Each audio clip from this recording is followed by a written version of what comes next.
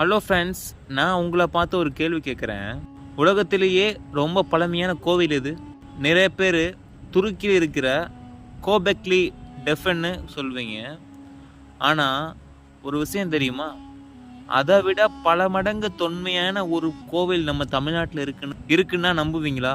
வாங்க, ராமநாதபுரம் பக்கத்தில் இருக்கிற உத்தரகோசமங்கை மங்களநாத திருக்கோவில் பற்றின முழு வரலாற்றையும் அந்த ரகசியங்களையும் இந்த காணொலியில் பார்க்கலாம். இது வெறும் கோவில் இல்ல, உலகமே தோன்றுவதற்கு முன் தோன்றிய கதைன்னு சொல்றாங்க. கடைசி வரைக்கும் பாருங்க, ஏன்னா நடுவில் இருக்கிற மரகத நடராஜர் கதை உங்களை மிரள வைக்கலாம்.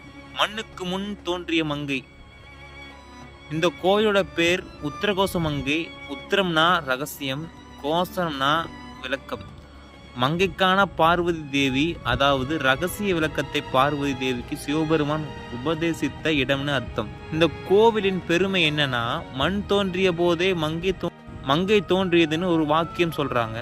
அதாவது இந்த பூமி உருவாவதற்கு முன்னாடி இங்க பார்வதி தேவி இருந்ததாக நம்பிக்கை.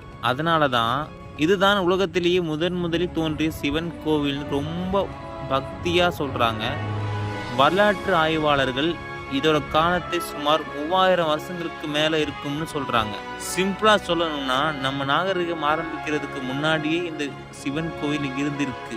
இதுதாங்க நம்ம தமிழர்களின் பெருமை. மரகத நடராஜர் மர்மமும் அறிவியலும். சரி, இப்போ வீடியோவோட மெயின் ஹைலைட்டுக்கு வர்றோம்.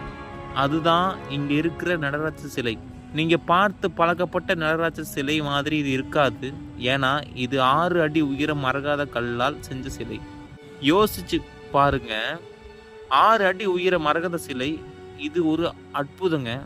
ஆனா இந்த சிலை இருக்கிற இடத்துல ஒரு பெரிய சஸ்பென்ஸ் இருக்கு.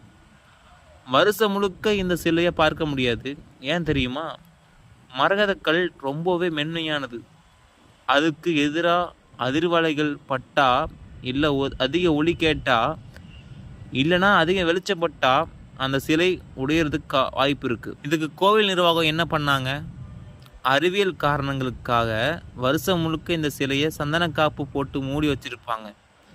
இந்த சந்தனம் தான் அதிர்வுகளிலிருந்து சிலையை முழுசா பாதுகாக்குது.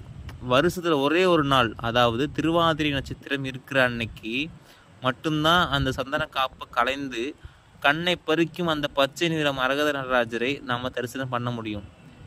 இந்த தரிசனத்துக்காகத்தான் உலகம் முழுக்க இருந்து பக்தர்கள் இங்கே கூடி வருவாங்க.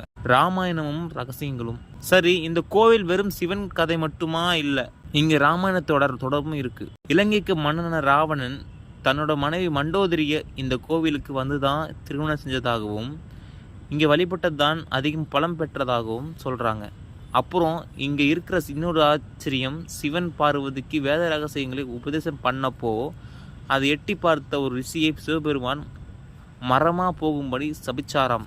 அவர் இங்கு இருக்கிற இலந்தை மரமாக இருக்கிறார். இந்த இலந்தை மரம் சுமார் 3000 வருஷத்துக்கு மேல பழமையானதுன்னு சொல்றாங்க. இன்னும் ஒரு தனித்துவம் என்னன்னா, தமிழ்நாட்டில் இருக்கிற நிறைய பழமையான சிவன் கோவில்ல இல்லாத ஒரு விஷயம் இங்க இருக்கு. அது என்னன்னா, இந்த கோவில் ரொம்ப பழசுங்கிறதால இங்க நவக்கிரக சன்னதி இல்லை. சிவன் கோவில்களில் நவகிரகங்களை வைக்கும் பழக்கமே பிற்காலத்தில் தான் வந்தது. அந்த அளவுக்கு இது பழமையானதுன்னு நிரூபிக்குது. கோவிலின் சிற்பக்கலை மற்றும் பயணம். இந்த கோவிலில் பார்க்க வேண்டிய விஷயங்கள் நிறைய இருக்கு. கோவில் முழுக்க ஆயிரக்கணக்கான சிற்பங்கள் இருக்கு. குறிப்பாக அங்கே இருக்கிற யாழியின் சிற்பங்கள் ரொம்பவே நேர்த்தியாக இருக்கும். இந்த கோவிலோட கல்வெட்டுகளும் அதோட கட்டுமான பிரம்மாண்டமும் நம்ம தமிழ் சிற்பக்கலையின் உச்சத்தை நிரூபிக்குது.